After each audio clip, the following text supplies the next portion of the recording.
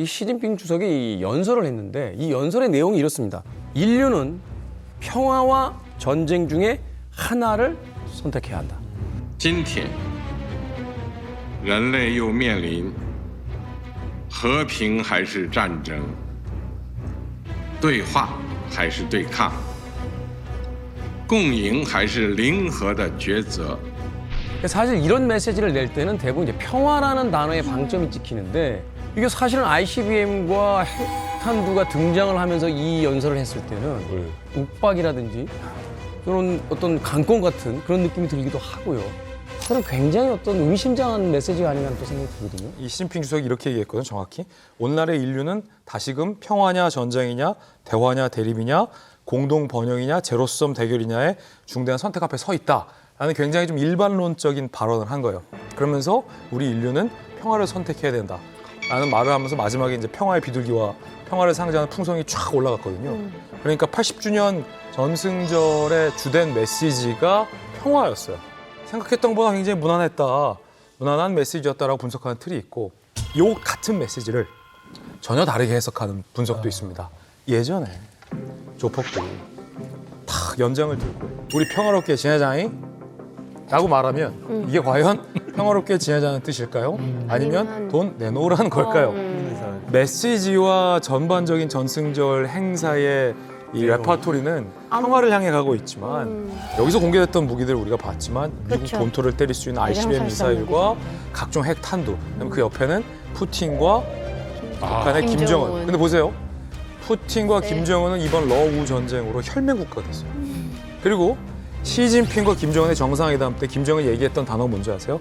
혈맹이에요. 두 혈맹들을 핵보유국 혈맹들을 세우고 착하게 살자이, 평화롭게 살자이 라고 얘기하는 대목이 섬뜩하다라고 느끼는 학자들도 있어요.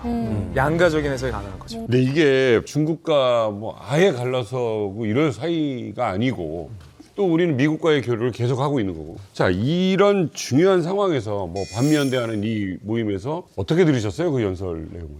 모든 것이 미국을 향해서 우리도 이런 힘이 있다. 우리도 할 수 있다. 우리가 승리한다. 이런 얘기를 강하게 미국으로 던지고 있다. 그렇기 때문에 지금 미국에서 특히 트럼프 대통령이 안미 경중, 안보는 미국하고 하고 경제는 중국하고 하는 거 하지 마라.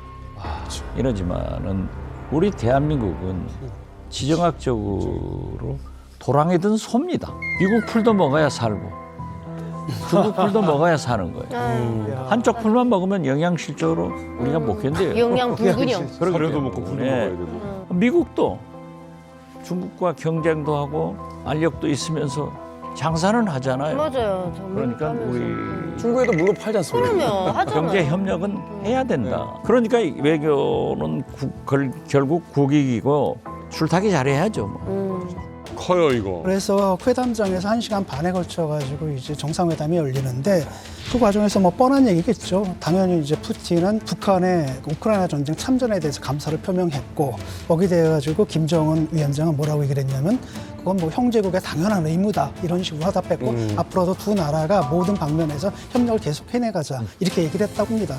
그리고 그 회담은 딱 그 통역만을 대동해가지고 딱 1대1 회담이었다고 해요.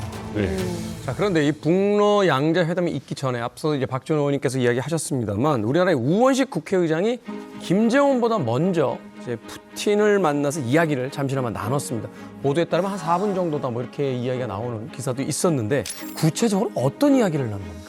그렇죠. 이제 전승절 행사 때 이제 4분 정도 대화를 나눴다라고 알려져 있는데 특히 이제 푸틴이 이제 한반도 문제에 굉장히 관심을 많이 보였대요. 심지어는 남북 간 사이에 내가 메신저 역할을 해주겠다라고도 제안을 했다고 합니다. 그러니까 이제 우원식 의장한테 이제 푸틴이 뭐라고 했냐면 남북 관계를 어떻게 보냐. 북러 정상회담이 곧 있을 것인데 김정은 위원장이 어떤 메시지를 내가 전해줄까? 이것도 제안을 했다고 해요.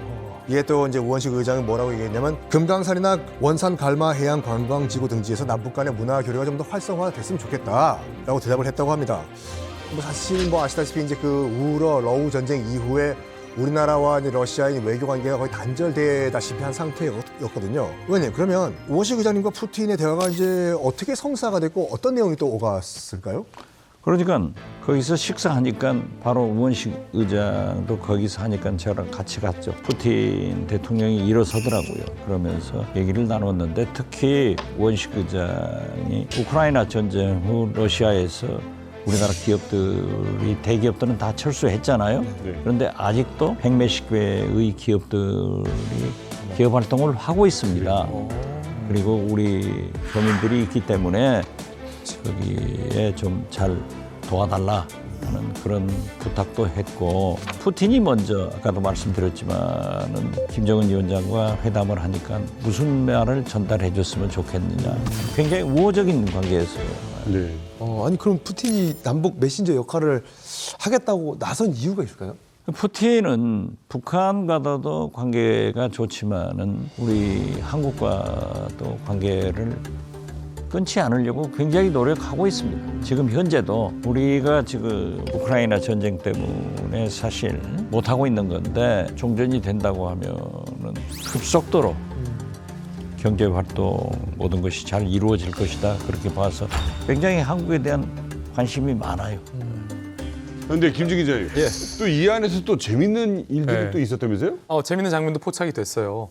뭐 정상끼리는 친하죠. 밑에서 수행하는 사람들 입장에서는 경쟁이 되거든요. 그렇죠. 특히나 이제 이런 거 갖고도 정상회담 할 때 꼭 신경전을 해요. 아니나 다를까. 그런데 김준 기자님, 예. 또 이 안에서 또 재밌는 일들이 네. 또 있었다면서요? 재밌는 장면도 포착이 됐어요. 뭐 정상끼리는 친하죠. 밑에서 수행하는 사람들 입장에서는 경쟁이 되거든요. 그렇죠. 특히나 이제 이런 거 갖고도 정상회담 할 때 꼭 신경전을 해요. 아니나 다를까. 이 김정은 같은 경우는 차고 있는 사람들이 더우달타지만 이 찬바람 이런 거에 좀 약할 수가 있어요. 그래서 북한 김정은의 수행원이 실내 온도를 23도로 맞추려고 에어컨 버튼을 맞춘 거예요. 근데 적당한 온도로. 푸틴 같은 경우에는 추운 나라에서 살다 왔잖아요. 네. 그러니까 좀 시원하면 좋은 것 같아요. 맞죠, 맞죠. 그러니까 북한 경호원이 23도로 맞추면 쪼르르 푸틴 경호원이 가서 20도로 내려놓고 이야. 그러니까 북한 경호원이 또 가서 23도로 올려놓으면 러시아 경호원이 가서 20도로 내려놓고 급기야 이제 두 사람이 만났어요. 아 지금 저거예요? 그래서 양측의 경호원이 온도를 두고 실랑이를 하는데 이 다음 장면이 재밌는데 이걸 카메라가 옆으로 싹 돕니다. 그러면 현재 있는 기자들이 또 저 모습을 재밌다고 찍고 있는 장면이 나왔었어요.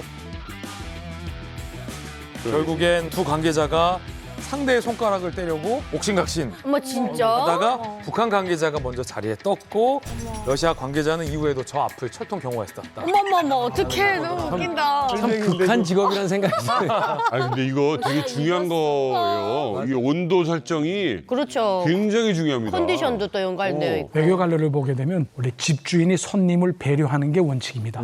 다시 말해서 이제 푸틴이 북한에 왔다 하게 되면 북한 측이 푸틴을 배려해서 이제 온도를 좀 낮춰달라면 낮춰주고 높여달라면 높여주는 게 손님에 맞춰.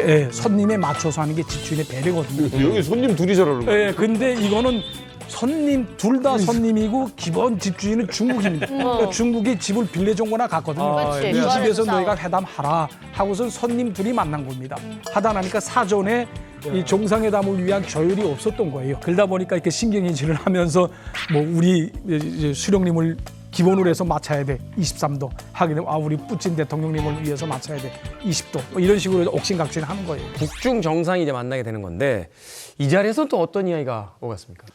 자, 일단 뭐 표면적으로는 서로 잘 띄워줬습니다. 시진핑이 뭐라고 그랬냐면 북한과 중국은 운명 공동체다. 네. 서로 지켜주는 좋은 이웃, 좋은 친구다. 김정은 역시 북중 간의 우호적인 감정은 변하지 않으며 양측 관계에는 끊임없이 심화 발전될 것이다. 라고 약간 립서비스를 했어요. 네. 그런 다음에 뭐 아시다시피 시진핑의 최종 목표는 진짜 하나의 중국을 만드는 거잖아요. 마오쩌둥도 못한 하나의 중국. 타이완 문제, 난 해결하겠다. 가 시진핑의 목표지 않습니까? 시진핑이 뭘 원하는지 정확하게 파악하고 발언을 했습니다. 앞으로 북한은 타이완, 티베트, 신장, 중국의 핵심 이익이 걸린 문제에서 중국을 지지하겠다라고 얘기를 한 거거든요. 근데 지금 이번에 북한이 먼저 우리는 중국이 앞으로 하고자 하는 것에 찬성하겠다고 한 거잖아요. 그래서 항복 선언을 한 것으로 저는 받아들이고 지금 중국이 북한의 핵을 용인하는 거 아니냐 이게 우리가 바라봐야 될 관점의 시작이 아니라 북한이 완전히 중국에 두 손 두 발 들었다. 저는 이렇게 봐야 된다고 생각합니다. 저는 좀 견해가 다른데요. 이번에 북한은 김일성, 김정일, 김정은까지 러시아와 중국에 항상 우호적 태도를 취해가지고 경제적 이득을 바라보면서 북한의 경제를 지탱하고 있습니다. 그렇지. 맞아. 그렇기 때문에 이제 중국과 관계 개선을 해서 중국의 지원을 받아야 된다 하는 속셈도 있지만은 트럼프 대통령이 북미 간 대화를 하자라고 하면은 중국을 활용해서 지렛대로 해서 미국과 접촉을 해야 됩니다. 그러한 속셈도 가지고 있다. 또 우크라이나 전쟁 후 러시아가 돌아선다고 하면은 중국이다. 이런 포석을 가지고 이번에 움직였지 않는가 저는 그렇게 봅니다. 이렇게는 생각해 볼 수 있겠네요. 이제 북한이 이제 과거의 어떤 그 외교적 행태를 보면 러시아든 중국이든 어떤 한 나라에 이제 주로 이제 집중하는 모습이었다면 네네. 이제는 두 마리 토끼를 손아귀에다 놓고 그 상황에 따라서 이제 취사 선택하는 방식으로서 외교의 어떤 유연성을 좀 가지려고 한다. 이렇게 파악할 수 있을까요? 그렇게 파악할 수 있죠. 네. 중국과 러시아를 상대하는 북한은 늘 그렇게 해왔어요. 어떤 떡을 먹느냐? 러시아 떡을 먹냐? 중국 떡을 먹냐? 여기에서 줄타기를 잘해요. 부떡을. 아니 김정은은 그러면 4박 5일 동안 정말 전 세계의 스포트라이트를 한 몸에 받았잖아요. 귀국하는 김정은 콧대가 엄청 높아졌을 것 같은데요. 이제 노동신문 보면 드러나죠. 엄청난 외교적인 성과를 안고 돌아왔다고 하면서 9월 4일부터 노동신문 6면 중에 자그마치 3개의 면을 할애를 해서 방중한 사진을 40개를 풀었습니다. 이렇게 하는 이유는 얘기한 것처럼 이제 중국과의 앞으로 경제적인 협력, 교역이 굉장히 중요하기 때문이죠. 중국에 대한 그 북한의 의존도가 어느 정도나 높냐 하면 2023년 기준으로 중국에 대한 경제 의존도가 98%입니다. 그러니까 앞으로 북한이 잘 살기 위해서는 인민들에게 자신들의 외교 성과를 홍보하기 위해서는 중국과 관계 개선을 했고 이것이 경제적으로 이득이 인민들에게 돌아갈 것이라는 홍보를 하지 않을 수가 없는 거죠. 그게 다가 아니었습니다. 어느 정도로 홍보에 열을 올렸냐. 그 조선중앙TV가 이제 김정은이 평양에 도착한 지 24시간이 채 되지 않아가지고 그러니까 9월 6일이죠. 김정은의 방중 기간 담은 기록 영화를 하루 안에 만들어서 공개를 했습니다.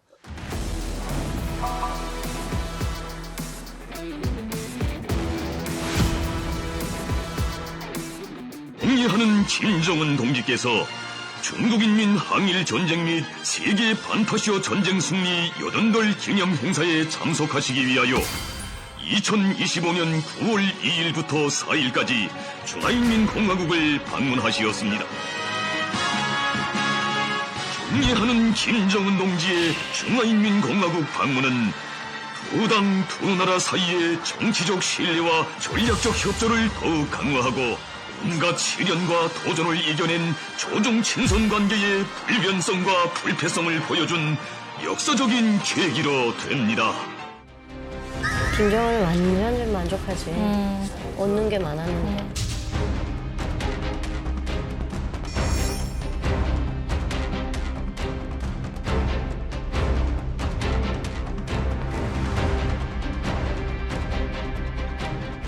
러시아는 조선 군대가 바친 희생을 영원히 잊지 않을 것이며 전체 조선인민에게 보내는 가장 뜨거운 인사를 전해주기 바란다고 말했습니다.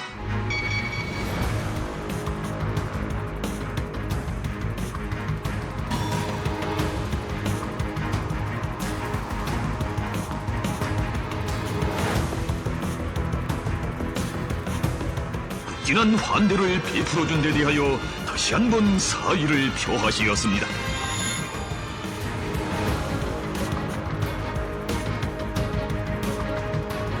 아, 배움을 저렇게 한다.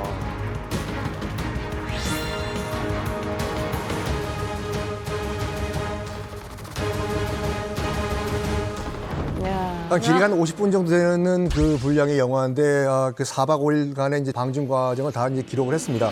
보신 것과 같이 특히 시진핑과 푸틴과 어깨를 나란히 한 모습을 보여줬다는 것 자체가 북한이 그만큼 그 위상이 올라갔다는 걸 보여준 거죠. 이번 전승절 회동 이후에 반미 연대의 넘버 3로 그러게요. 사실은 어떤 경제 규모나 군사 규모로 봤을 때 한 라인에 설 수 없는 위치임에도 불구하고 중국과 러시아와 함께 이제 넘버 3로 이제 등극을 했다. 우리에게는 시사하는 바가 굉장히 많은 것 같습니다. 어떤 것을 우리가 또 대처를 해야 될까요? 중국을 등에 업어야 할 김정은의 입장에서는 북중로와 한미일 사이의 그 대결 구도를 굳히면서 신냉전 그 시대가 시작되기를 은근히 바랄 겁니다. 따라서 우리는 중국과 러시아가 우리한테 등을 돌리고 북한에만 편중하지 않도록 그렇게 외교를 좀 다각화할 필요가 있다고 생각을 합니다. 한미 동맹 속에서 한미일 공조를 통해서 국방을 튼튼히 하는 것은 사실이지만 경제 협력은 앞으로도 해나가야 되고 북한과는 대화를 해서 전쟁 없이 교류 협력하면은 가능하다. 저는 그렇게 봅니다.